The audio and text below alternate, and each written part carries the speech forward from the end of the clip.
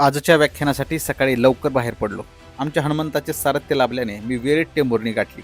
वाटेत माझा विद्यार्थी डॉक्टर फलके भेटला.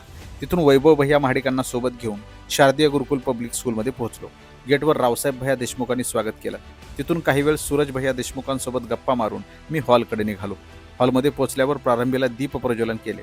मग सूरज भैयांचे प्रास्ताविक झाले आणि नाना भैया युवा मंचच्या वतीने गुणवंत विद्यार्थ्यांचा सत्कार सुरू झाला. टेंभुर्णीतील विविध शाळातील 64 गुणीजनांचा सन्मान करून मी व्याख्यानासाठी उभा राहिलो.